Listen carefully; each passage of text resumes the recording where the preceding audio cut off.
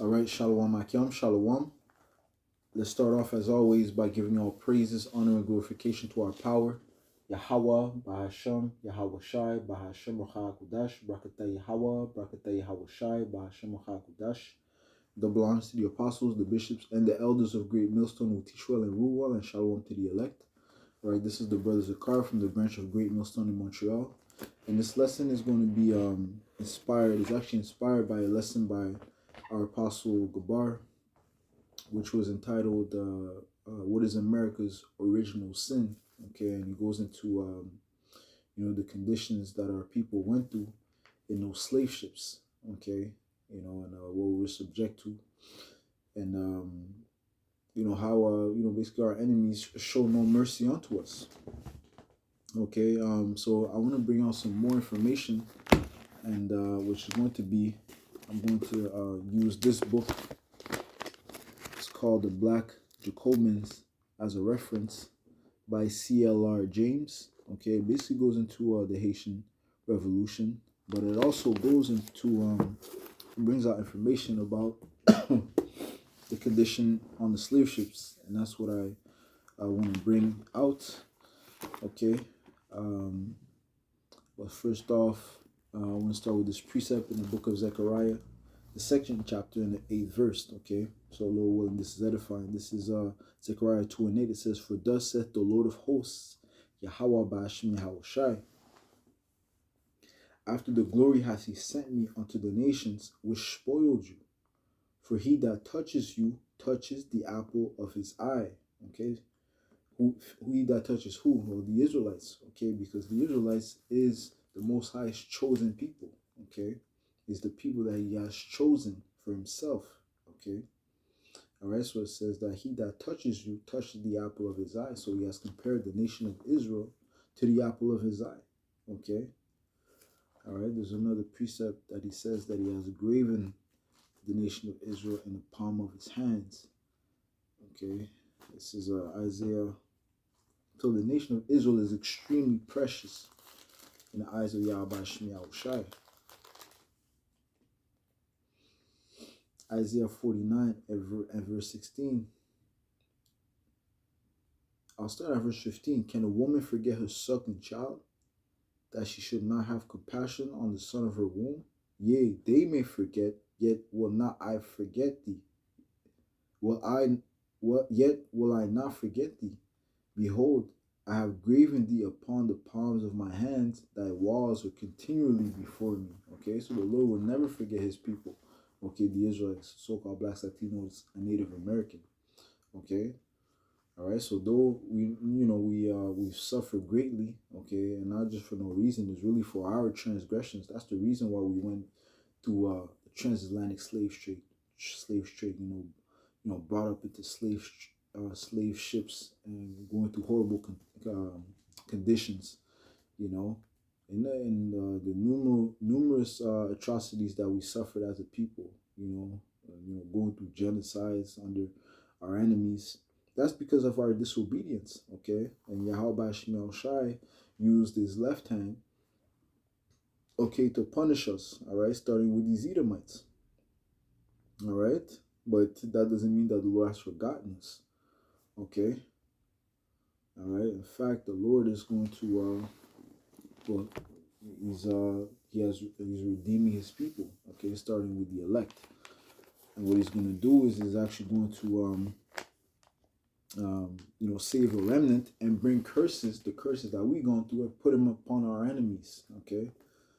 All right. As it says in the book of Deuteronomy 30:7. Let's get that. Okay.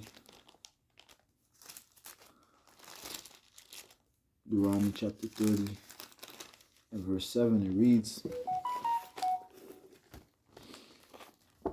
"And the Lord thy power would put all these curses upon thine enemies and on them that hate thee, which persecuted thee." Okay? All right, so all these curses that we've gone through, and the curses, a lot of the curses are mentioned in the book of Deuteronomy, the 28th chapter. A lot of these curses, they're going to go upon our enemies, man. Okay? And one of the curses mentioned in the book of Deuteronomy, the 28th chapter, is us going into chattel slavery. Okay? All right, going into slavery by way of ships. Okay?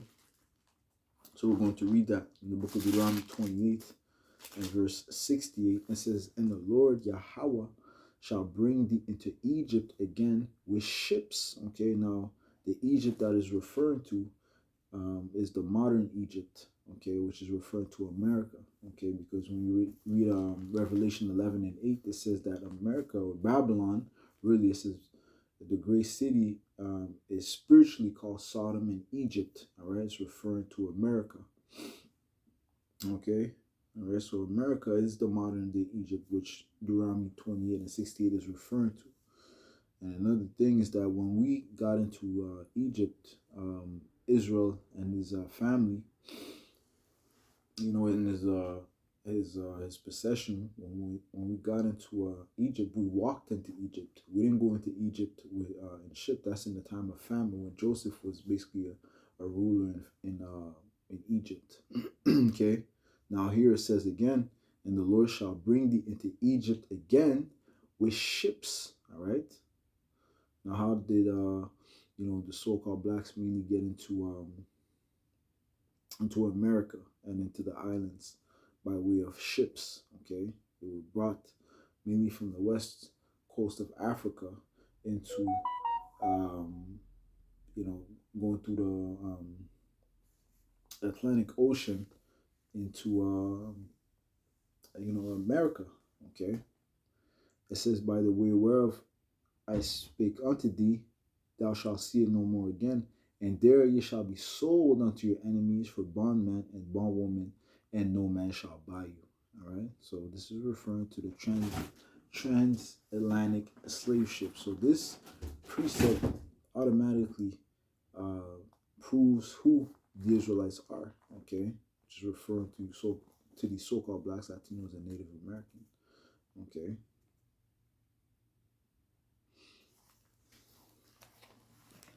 All right, so let's bring out that information. So once again, we're going to read out of the book of the Black Jacobins by C.L.R. James. Okay, and we're going to start at page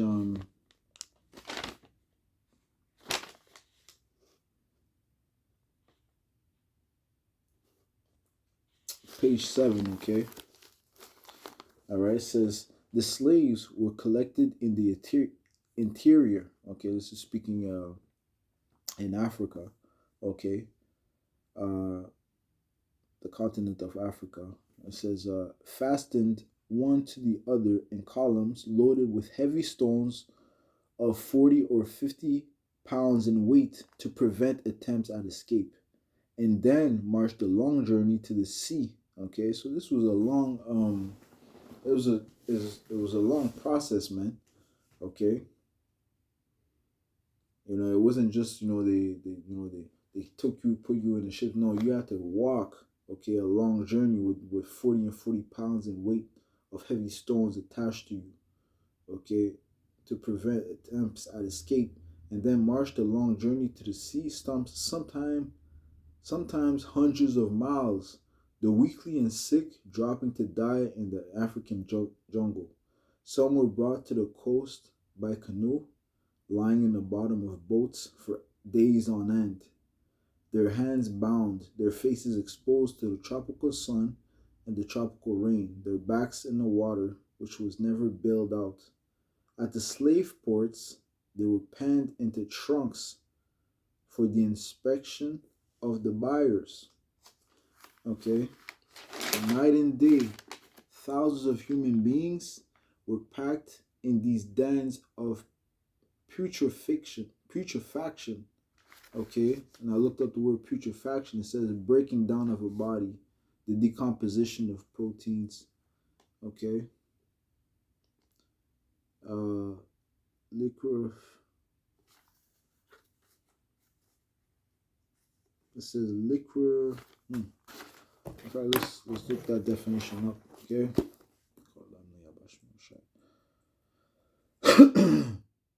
Bear with me. I'm going to look up the definition of putrefaction. Putrefaction.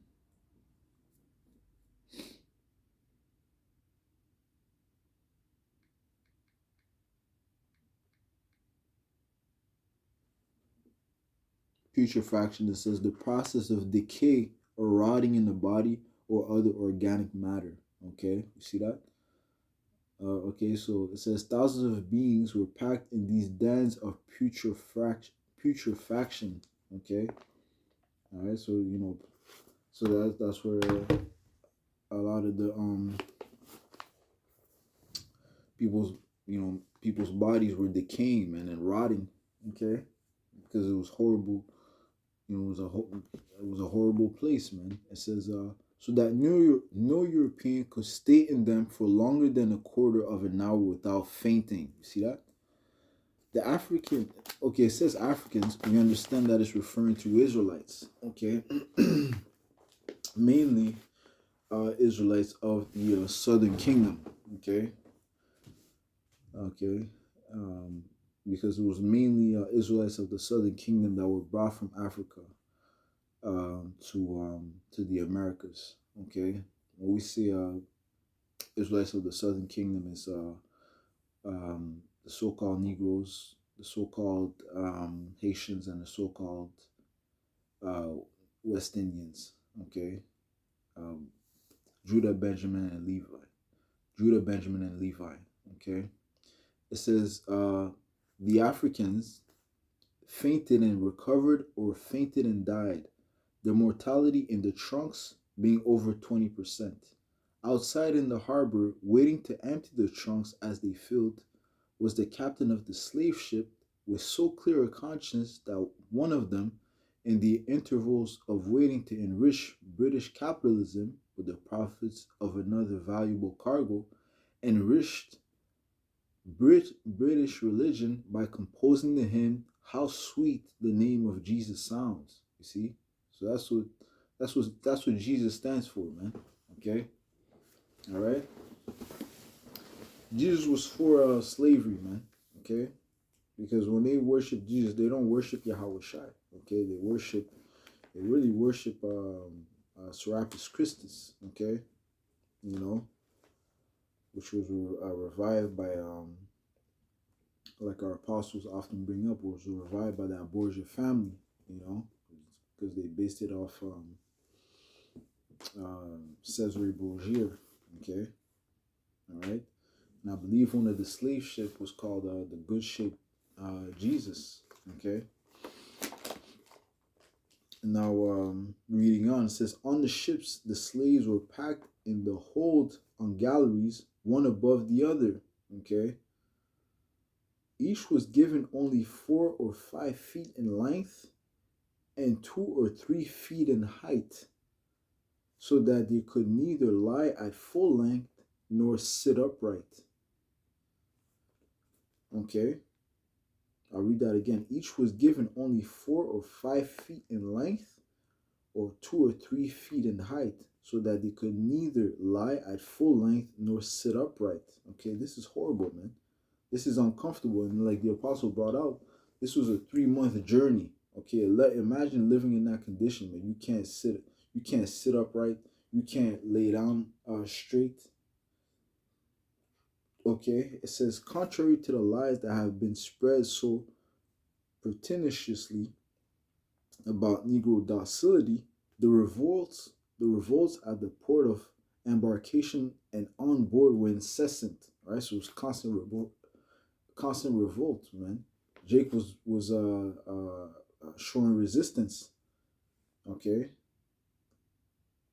so that the slaves had to be chained, right hand to the right leg, left hand to the left leg. Okay, and attached in rows to long iron bars. In this position, they lived for the voyage. Okay, imagine that. Okay, for 3 months, coming up once a day for exercise and to allow the sailors to clean the pails. Okay, but when the cargo was rebellious or the weather bad, then they stayed below for weeks at a time. Okay, so they had to endure the smell. Okay, okay, you know, it was bad. Um, it was not sanitary. Okay, it says, but I'll read that again. But when the cargo was rebellious or the weather bad, then they stayed below for weeks at a time.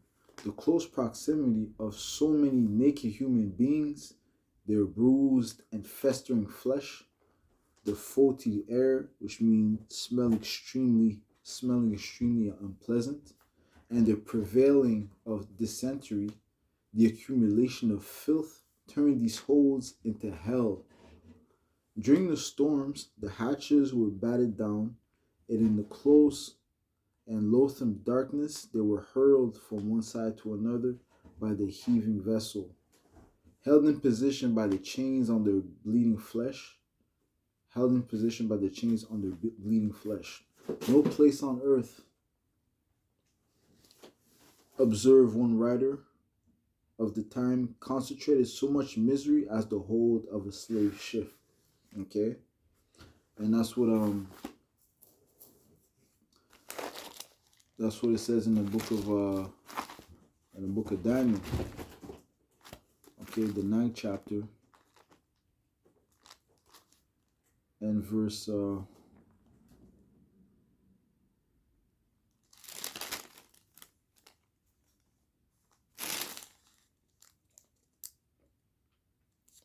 12. And he hath confirmed his words which he spake against us and against our judges that judged us, by bringing upon us a great evil. For under the whole heaven hath not been done as hath been done upon Jerusalem. Okay? Alright, so nobody went through what we went through as a people, man. Okay? Yet. Alright? Because the Lord is going to reverse the tide, man. Okay? He says, recompense them double. Okay? Speaking of the Edomites, for what they have done unto us, man. Okay?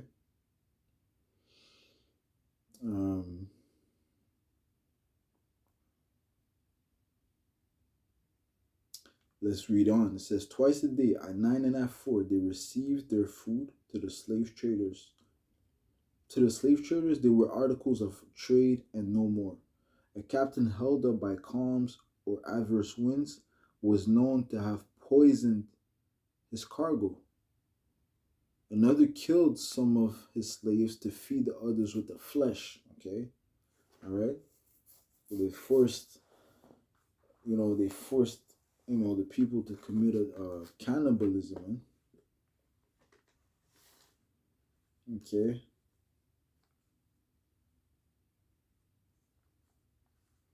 They died not only from the regime, but from grief and rage and despair. They undertook vast hunger strikes, undid their chains, and hurled themselves on the crew in futile attempts at insurrection. What could these inland tribesmen do on the open sea in a complicated sailing vessel? To brighten up their spirits, it became the custom to have them up on the deck once a day and force them to dance. You see? And that just made me think of Psalms 137. This precept 137. Okay? See, in Psalms 137.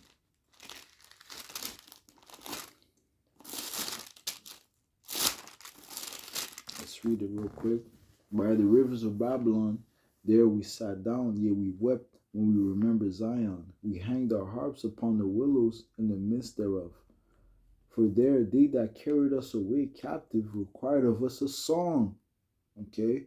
And they that wasted us required of us mirth, saying, sing us one of the songs of Zion. How shall we sing the Lord's song in a strange land? You see? So I read what I read again. It says, to brighten their spirits, it became the custom to have them up on the deck once a day and force them to dance. So they forced us to dance, It says, some took the opportunity to jump overboard, uttering cries of triumph as they cleared the vessel and disappeared below the surface. You see? So it was better just to jump, off the ship okay, than to endure these atrocities, man, and these unlivable conditions. Okay, it says fear of their cargo bred a savage cruelty in the crew. One captain, to strike terror in the rest into the rest, killed a slave and dividing heart, liver, and entrails into 300 pieces, made each of the slaves eat one, threatened those who refused with the same torture. Such incidents were not rare.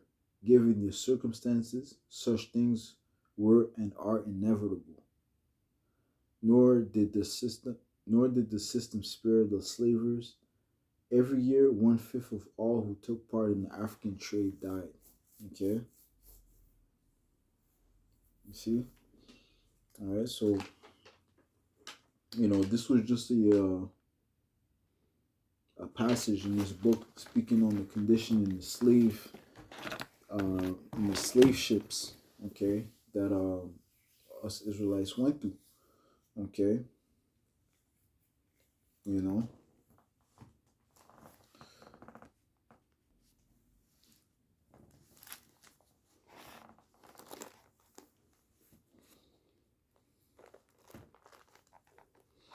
Let's go to the book of the prayer of Azariah. Excuse me, the prayer of Azariah.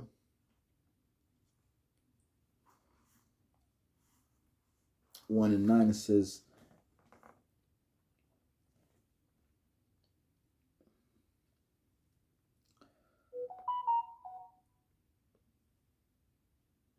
and thou didst deliver us into the hands of lawless enemies, most hateful for forsakers of the Most High, which is referring to these Edomites. Okay, and thou didst deliver us into the hands of lawless enemies, most hateful forsakers of the Most High, and to an unjust king and the most wicked in all the world. Okay, all right.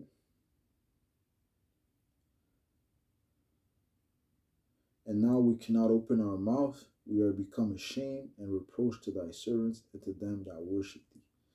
Okay, all right, because they really did a number on us, man. Okay, these Edomites. Okay, like the Apostle Gabar brought up. We're still affected to this day from the transatlantic slave trade. Okay, you know, we still have trauma because of that experience, man. You know,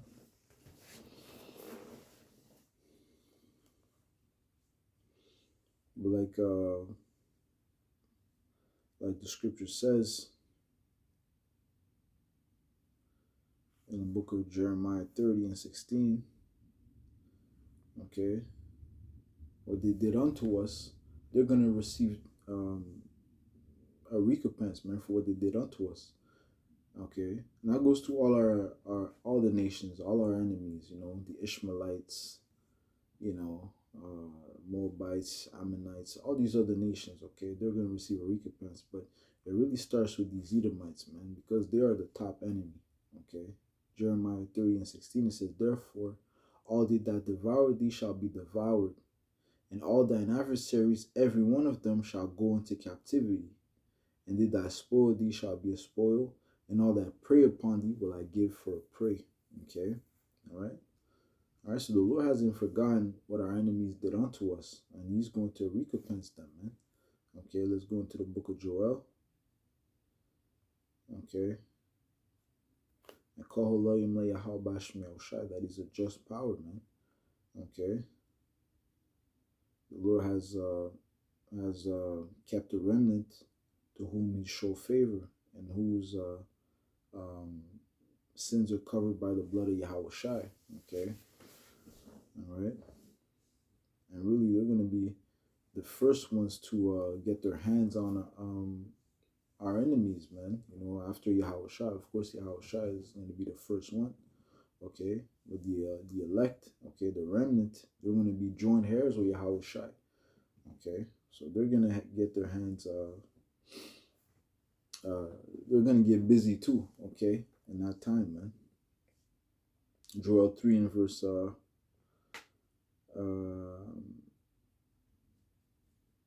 I'll start at verse 3. And they have cast lots for my people, and have given the boy for an harlot, and sold a girl for wine that they might drink. All right, and when you watch the movie Goodbye Uncle Tom, it gives you a good depiction of that, man. Okay, they turned out a lot of boys during the slave trade, during the slave trade, you know, turn them into homosexuals, you know. All right, they raped our daughters, sisters, you know.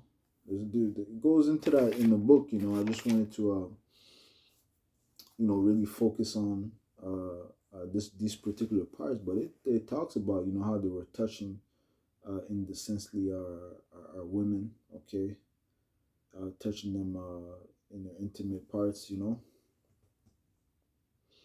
and then spitting in their face, you know, is yeah, you know, it gets graphic, man. Okay. Um, Verse 4. Yea, and what have you to do with me, or Tyre and Zidon, and all the coast of Palestine? You know, speaking of those people that were dwelling in our land, Tyre and Zidon, okay, the Hamites over there, you know,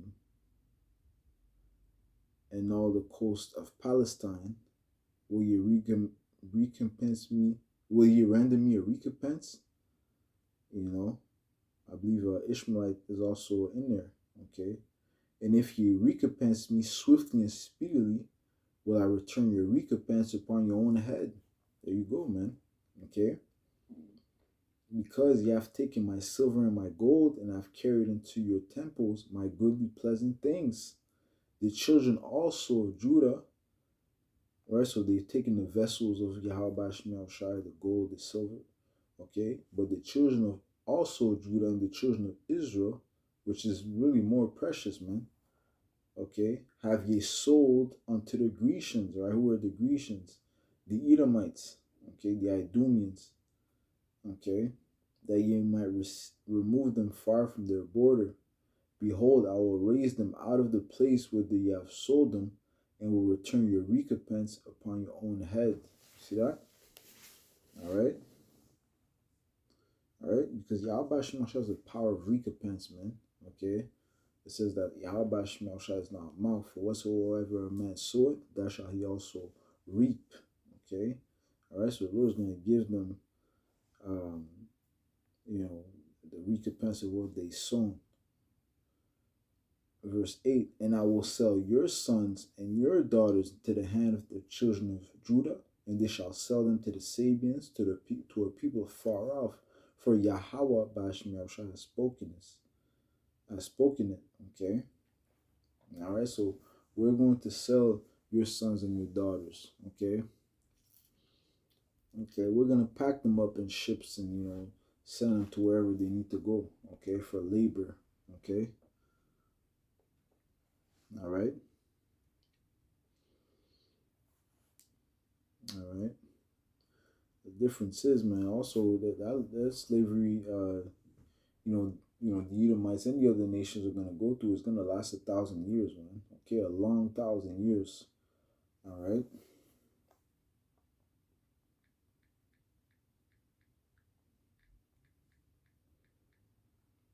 All right. There's gonna be a legendary slavery. Okay. The slavery coming up is gonna be legendary. Okay. This is the book of Isaiah 27 and verse 6. He shall cause them that come of Jacob to take a root, and Israel shall blossom and bud, and fill the face of the world with fruit. Right? Yahweh Shemashah is going to increase the Israelites and give them prosperity. Okay? At the coming of our Lord Yahweh. It starts with the elect, but ultimately all Israel is going to flourish. Verse 7. Has he smitten him? Has he smitten him as he smote those that smote him? All right, the answer is no, man. Okay, because the Lord Yahweh Shemashah is gonna smote our enemies even worse. Has he smitten him, Jacob, as he smote those that smote him? Or is he slain, Jacob, according to the slaughter of them that are slain by him? Okay, or is he slain according to the slaughter of them that are slain by him? No, okay, because we're gonna slaughter them. Okay, we're gonna slaughter them in a manner that they've never slaughtered, man. They've never slaughtered us. Yahweh Shemashah never hit us, never slaughtered us like we're going to slaughter. Um, he's never slain us like we're gonna slaughter our enemies, man, which are his enemies. Okay.